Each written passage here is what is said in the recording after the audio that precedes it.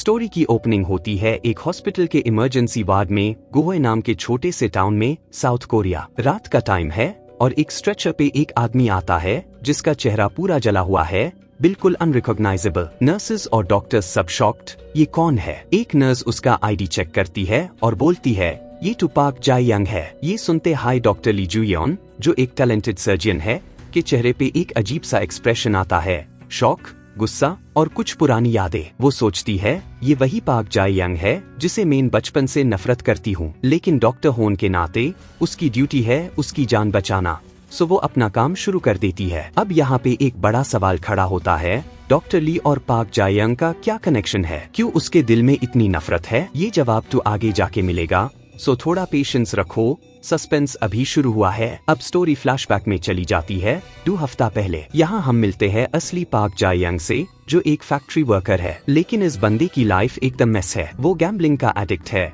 और इस वजह से लोन शार्क्स के पास भारी ऋण में डूब गया है। लोन शार्क का बॉस एक डांगाई आदमी है, वो ऑर्गन हार्वेस्टिंग का इलीगल धंधा चलता है। एक दिन वो जाए यंग को किडनैप करता है और अपने ऑपरेशन का सीन दिखता है। लॉग ऑन के किडनीज हाथ निकलते ही कहता है पैसे नहीं दिए तो तेरा भी यही हाल होगा। जाए यंग डर जाता है और डेस्परेट हो जाता है। तब उसके दिमाग में एक खतरनाक आइडिया आता है, अपने फादर पार्क डोंग से को मार दूं और उसकी 500 मिलियन वॉन की लाइफ इंश्योरेंस पॉलिसी हासिल कर लो। लेकिन ये काम अकेले नहीं हो सकता, तो वो अपने पुराने कोवर्कर जैंग गिलक्रिस्ट का सिलसिला शुरू हो जाता है। अब एक नया कैरेक्टर एंटर होता है, हा सांग हूँ, जिसे सब ग्लासेस कहते हैं क्योंकि वो चश्मा पहनता है। ये एक सिंपल सा आदमी है, लेकिन किम ब्यम जून और उसकी दोस्त ली वाई यूजियोंग एक अलग स्कैम चलते हैं। वो ग्लासेस को एक हिट एंड रन एक्सीडेंट में फांसेट है। एक रात ग्लासेस को लगता है कि उसने अपनी कार से जाए यंग के फादर को मार दिया। वो घबरा जाता है और किम की हेल्प से बॉडी को बरी कर देता है। लेकिन सच ये है कि जाए यंग का फादर पहले से हाई डेथ था,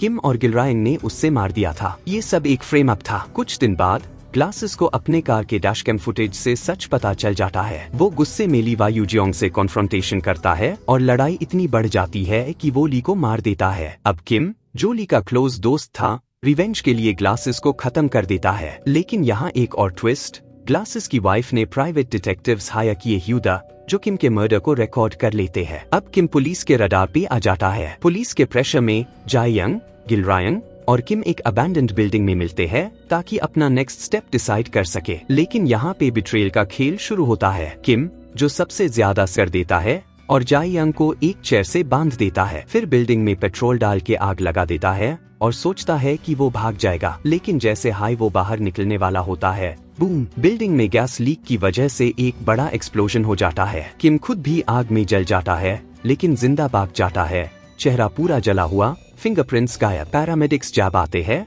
तो वो कहता है मीन पार्क जाए यंग हूँ, कोई प्रूफ नहीं है उसके अगेंस्ट, तो सब उसकी बात मान लेते हैं। उसका प्लान है जाए यंग की आइडेंटिटी चुराना और इंश्योरेंस मनी हासिल करना। किम अब हॉस्पिटल में है, प्रिटेंडिंग टू बी जाए यंग। डॉक्टर ली जुयन उसका ट्रीटमेंट करती है, लेकिन उसके दिल में एक शक पैदा हो जाता है। वो सोचती है ये पार्क जाए यंग नहीं लगता, उसकी आवाज, उसका बिहेवियर कुछ अलग है। वो एक प्राइवेट इन्वेस्टिगेटर हायर करती है ताकि किम के पास में झांक सेक। यहाँ एक बड़ा फ्लैशबैक आता है, बचपन में रील जाए यंग ने डॉक्टर ली के फैमिली के साथ कुछ बुरा किया था, शायद उनके घर में आग लगाई थी या कोई ट्रेजेडी का रीजन बना था, इसलिए डॉक्टर ली उससे दिल से नफरत करती है। सीरीज के लास्ट, जो अब जाए यंग बन रहा है, इंजेक्ट करके मार सकती है। उसका दिल कहता है इसने मेरी जिंदगी बर्बाद की, अब इसका हिसाब चुकाना है। लेकिन उसका बॉयफ्रेंड जोंगमिन यूज रोकता है और कहता है रिवेंज से कुछ नहीं मिलेगा, तू अपनी जिंदगी क्यों खराब करेगी इसके लिए। डॉक्टर ली सोच में पैर जाती है। आखिर में वो डिसाइड करती है कि रिवेंज नहीं लेगी।